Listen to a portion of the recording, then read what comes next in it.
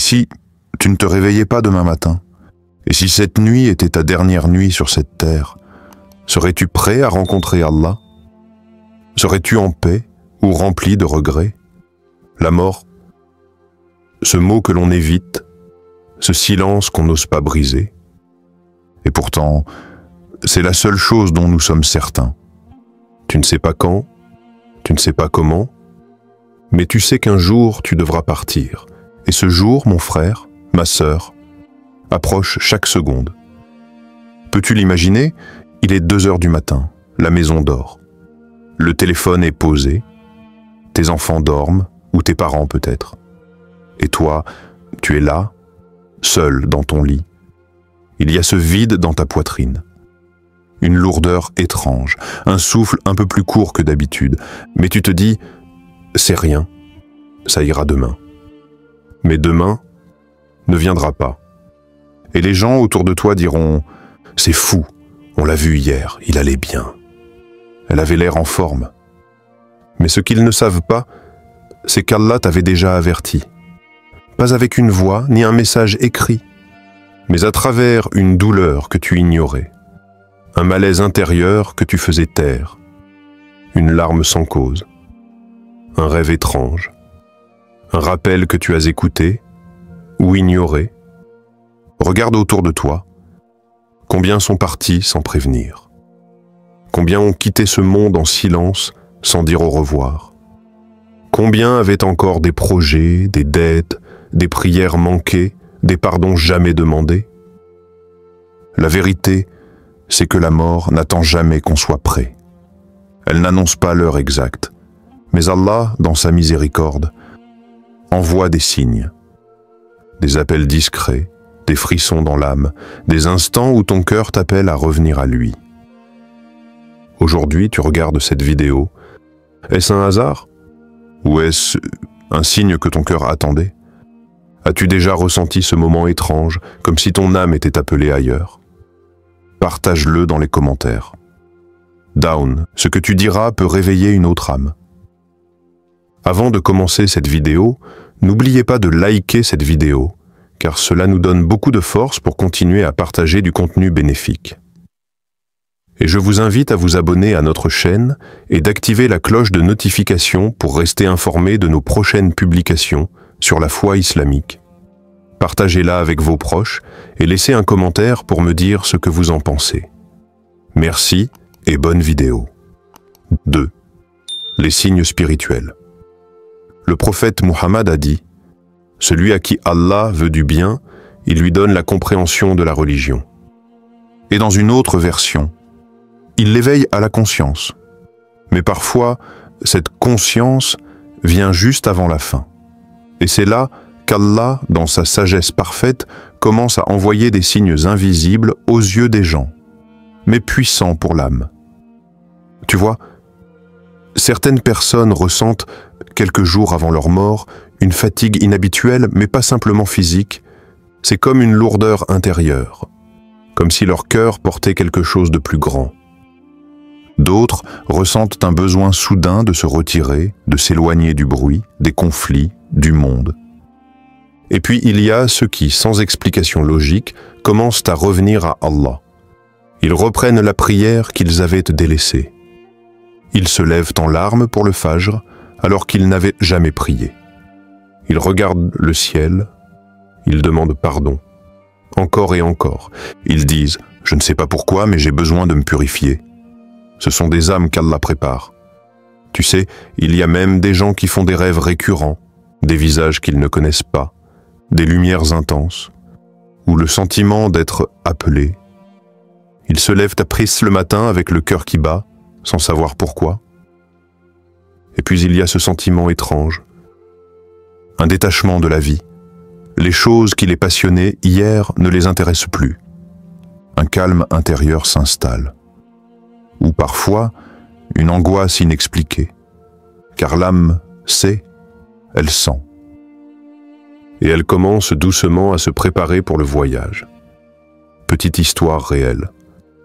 En Égypte, une femme âgée, qui n'avait plus prié depuis des années, a soudain demandé à ses enfants « Emmenez-moi à la mosquée, Je veux prier une dernière fois. » Ils ont été surpris. Elle a fait ses ablutions lentement, comme si elle caressait chaque goutte. Elle a prié avec une concentration bouleversante. En sortant de la mosquée, elle s'est effondrée. Son âme était partie. Elle est morte en état de prière. C'était son dernier rendez-vous avec Allah. Et lui, dans sa bonté, lui avait envoyé un signe. Peut-être que toi aussi tu as vécu cela sans le comprendre. Un moment où tu te sentais appelé à changer. Un moment où le monde n'avait plus le même goût. Un moment où tu t'es mis à pleurer, sans raison. Et si c'était un des signes? Et si Allah, dans son amour pour toi, te faisait ressentir que ton heure approche, ou que tu dois revenir à lui maintenant, sans attendre la dernière minute? Ne ferme pas ton cœur à ces signes, car chaque souffle est un rappel, et chaque jour de plus est une miséricorde. Formule d'engagement. As-tu déjà vu une personne devenir très pieuse juste avant sa mort? Raconte-nous en commentaire. Ce que tu diras peut éveiller une âme endormie. Troisième histoire, réel un témoignage. Il y a des récits qu'on n'oublie jamais. Des témoignages qui bouleversent, parce qu'ils montrent que la mort ne vient jamais sans signe, et qu'Allah, dans sa sagesse infinie, parle à l'âme avant qu'elle quitte ce monde. Écoute cette histoire. Un jeune garçon de 17 ans, en parfaite santé, vivait dans une famille pieuse. Un jour, sans aucune maladie, sans raison apparente, il dit à ses parents « Je ne sais pas pourquoi, mais je sens que je vais bientôt partir. » Sa mère a souri, pensant que c'était une pensée passagère. Mais lui, il insistait. Il s'est mis à prier avec plus de ferveur. Il multipliait les invocations. Il appelait ses proches pour demander pardon, comme s'il faisait ses adieux. Et puis, une nuit, il s'est endormi. Et il ne s'est jamais réveillé. Pas d'accident, pas de maladie.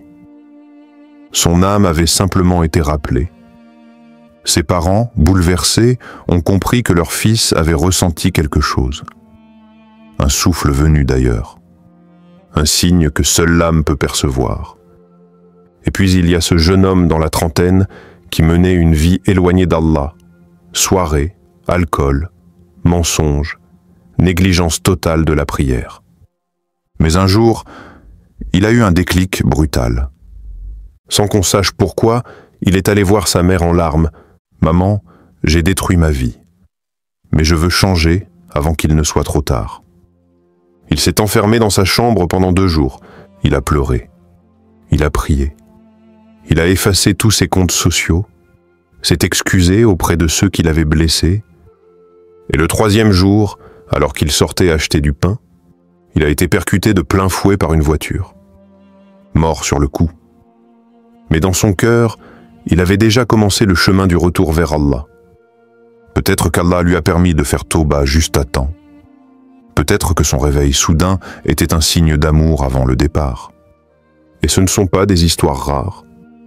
Des infirmiers musulmans, des aides-soignants, des proches de malades en fin de vie racontent « Il y a quelque chose d'indescriptible chez certaines personnes avant leur mort. » Ils deviennent calmes, paisibles, détachés. Certains demandent à voir une mosquée à la télé. D'autres répètent des invocations, même ceux qui ne prièrent jamais. D'autres encore font leurs ablutions tous les soirs, comme si ils savaient. Parfois, ils fixent le plafond, comme s'ils voyaient quelque chose que nous ne voyons pas. Un visiteur silencieux que seule leur âme reconnaît. Et nous, spectateurs de leurs derniers instants, nous comprenons trop tard que les signes étaient là. Ces histoires ne sont pas là pour te faire peur, mais pour réveiller en toi une vérité. Tu ne sais pas quand, mais Allah, lui, sait. Et quand ton heure approche, il ne te laisse pas sans rappel. Mais encore faut-il que tu sois assez éveillé pour les entendre. Connais-tu quelqu'un qui a senti sa mort venir? Raconte son histoire avec respect dans les commentaires. Chaque mot peut toucher une âme. Om 4. Signe issu du Coran en de la Sunna. Dans ce silence entre le dernier souffle et le départ de l'âme, il y a une vérité absolue que nul ne peut ignorer. La mort met tout à nu. Le Coran le dit clairement, sans détour. L'agonie de la mort fait apparaître la vérité.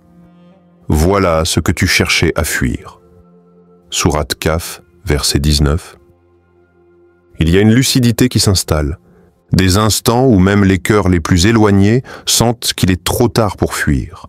La mort, cette invitée silencieuse, n'a pas besoin d'être vue pour être ressentie. Et Allah, dans sa science infinie, l'annonce parfois par des signes clairs dans le livre et la sunna. Le Coran nous rappelle dans Sourate Az-Zumar, verset 42, Allah prend les âmes au moment de leur mort et celles qui ne sont pas mortes pendant leur sommeil. Cela signifie que chaque nuit, un test a lieu. Ton âme monte et parfois, elle ne redescend pas. C'est pourquoi le prophète avait pour habitude de dire chaque soir « Ô Allah, c'est par ton nom que je meurs et que je vis. » Et chaque matin, « Louange à Allah qui nous a rendu la vie après nous avoir fait mourir. » Et dans un célèbre hadith, le prophète nous donne une clé. Les actes se jugent par leur fin. Rapporté par Bukhari et Muslim. Ce n'est pas comment tu as commencé ta vie, mais comment tu la termines. Voilà ce qu'Allah regarde. C'est pourquoi les pieux redoutaient la mauvaise fin, sous al-Khatima, mais espéraient la bonne fin, husn al-Khatima. Et quels sont ces signes de la bonne fin mentionnés dans les récits prophétiques? Le fait de prononcer la shahada juste avant de mourir. Mourir le front transpirant, un signe de purification. Mourir le vendredi ou lors d'un acte d'adoration, prière, jeûne, hajj. Être souriant, en paix, avec un regard apaisé. Souviens-toi de cette scène puissante dans le Coran, celle du Pharaon. Toute sa vie, il s'est opposé à la vérité. Mais au moment de mourir, il a reconnu son erreur. Je crois en ce en quoi les enfants d'Israël ont cru. Mais Allah lui répondit avec une sévérité divine, « Maintenant, alors qu'avant tu étais rebelle » Sourate Yunus 90 à 91. C'est là toute la leçon. Revenir trop tard, c'est ne jamais vraiment revenir. Même les mots les plus vrais ne sont pas acceptés quand l'âme atteint la gorge. Et toi, si la mort venait ce soir, quelle serait ta fin? Ferais-tu partie de ceux qui partent en paix en disant « La ilaha illa Allah » ou de ceux qui regrettent de n'avoir pas écouté à temps? Allah nous a donné les signes, les rappels, les versets, les histoires. Mais encore faut-il ouvrir les yeux du cœur. As-tu déjà entendu un mourant prononcer des paroles bouleversantes? Écris-les ici. Ce que tu partages peut toucher un cœur et sauver une vie. 5. La sagesse divine derrière ces signes. Tu sais, les signes que nous avons vus, ces changements subtils dans le cœur, ce besoin soudain de revenir vers Allah, cette paix étrange qui s'installe avant le départ, ce ne sont pas des hasards. Ce sont des actes d'amour, car Allah ne prend jamais une âme sans l'avoir appelée. Sans lui avoir soufflé, d'une manière ou d'une autre, reviens à moi, je t'attends. Mais alors, pourquoi Allah envoie-t-il ces signes avant la mort? Pourquoi certains ressentent-ils des choses si profondes, si inexplicables, alors que d'autres partent sans avertissement apparent? La réponse est simple. Parce qu'il veut nous éveiller, parce qu'il veut nous purifier, parce qu'il veut sauver notre cœur. Imagine un père aimant. Il sait que son enfant doit partir loin, mais avant cela, il lui parle doucement, il lui rappelle les choses importantes, il lui donne une dernière étreinte. C'est ce que fait Allah avec ses serviteurs. Beaucoup de gens partent en paix, pas parce qu'ils ont eu une vie parfaite, mais parce que Allah les a préparés. Il les a éloignés du monde quelques jours avant leur départ. Il leur a donné envie de demander pardon. Il a mis dans leur cœur un désir soudain de réparer, de dire « je t'aime », de dire « je suis désolé », ou simplement de pleurer. Tu as sûrement déjà vu cela, quelqu'un qui n'était pas très pratiquant mais qui soudain change complètement. Il devient doux, il pleure sans raison, Il s'excuse, il demande pardon à Allah. Et peu après, il quitte ce monde. Ce ne sont pas des coïncidences. C'est Allah, le doux, le pardonneur qui purifie cette âme avant la rencontre. Même la douleur, parfois, est une miséricorde. Elle nettoie. Elle fait tomber les péchés comme les feuilles tombent des arbres. Le prophète a dit « Aucune fatigue, maladie, souci, chagrin, mal ou tristesse n'atteint un musulman, pas même une épine qui le pique, sans qu'Allah ne lui efface une partie de ses péchés. » Bukhari et Muslim. Chaque larme que tu verses, chaque nuit d'insomnie, chaque soupir de douleur, et peut-être une purification avant ton voyage final. Histoire inspirante. Un homme atteint d'un cancer incurable était connu pour son sourire quotidien. Quand on lui demandait « Comment peux-tu sourire malgré la douleur ?» il répondait, les yeux brillants, « Parce qu'Allah me prépare. Chaque douleur est un rappel, et je suis honoré qu'il m'ait averti. » Il est mort un vendredi, après avoir récité la Shahada, le visage tourné vers la Qibla. En paix. Tu vois, ces signes ne sont pas là pour faire peur. Ils sont là pour t'ouvrir les yeux.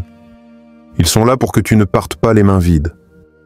Ils sont là pour que tu reviennes à Allah avant qu'il ne soit trop tard.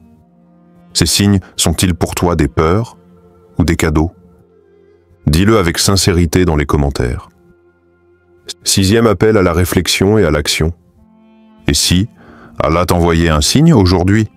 Et si cette vidéo que tu regardes là maintenant n'était pas un simple contenu parmi d'autres, mais un rappel personnel, un murmure doux de ton Seigneur pour te dire « Je t'ai choisi pour entendre cela aujourd'hui ». Regarde autour de toi, des milliers de vidéos passent, des millions de personnes cliquent sans réfléchir. Mais toi, tu es resté jusqu'ici, tu as ressenti quelque chose, une émotion, un pincement, peut-être même des larmes. Alors pose-toi cette question. Est-ce un hasard? Ou est-ce qu'Allah te parle à travers ce message pour t'éveiller avant qu'il ne soit trop tard? Il n'est jamais trop tôt pour se préparer et jamais trop tard pour revenir. Commence aujourd'hui. Fais des pas simples, mais sincères. Fais tes ablutions comme si c'était la dernière fois. Dis « La ilaha illa Allah » chaque jour avec ton cœur, pas seulement tes lèvres. Rappelle-toi ceux avec qui tu es en froid et tends la main. Appelle un proche, demande pardon, pardonne. Rends-toi à Allah tel que tu es, brisé, imparfait, mais sincère, car ce que ton Seigneur attend de toi, ce n'est pas la perfection, mais le retour. Il n'y a pas de honte à avoir peur. Il n'y a pas de faiblesse à pleurer. La seule erreur serait d'ignorer les signes. Reviens à la prière, reviens au Coran, reviens à ton propre cœur. Car l'âme qui sent l'appel d'Allah est une âme précieuse. Et rappelle-toi, le véritable malheur, ce n'est pas de mourir. C'est de mourir sans avoir compris pourquoi tu étais en vie. Qu'Allah te guide. Qu'il fasse de cette vidéo un tournant dans ta vie. Qu'il éclaire ton cœur, purifie ton âme et t'accorde une fin remplie de lumière. Et si tu lis ces mots maintenant, sache que tu es encore vivant. Alors c'est le moment. Ne quitte pas cette vidéo sans écrire une prière dans les commentaires. Pour toi ou pour une âme perdue. Même quelques mots. Chaque prière compte. Si cette vidéo vous a été utile, partagez-la avec vos proches et laissez un commentaire pour me dire ce que vous avez appris. Votre soutien contribue grandement à diffuser le message et à développer cette communauté. Barakallahu fikoum.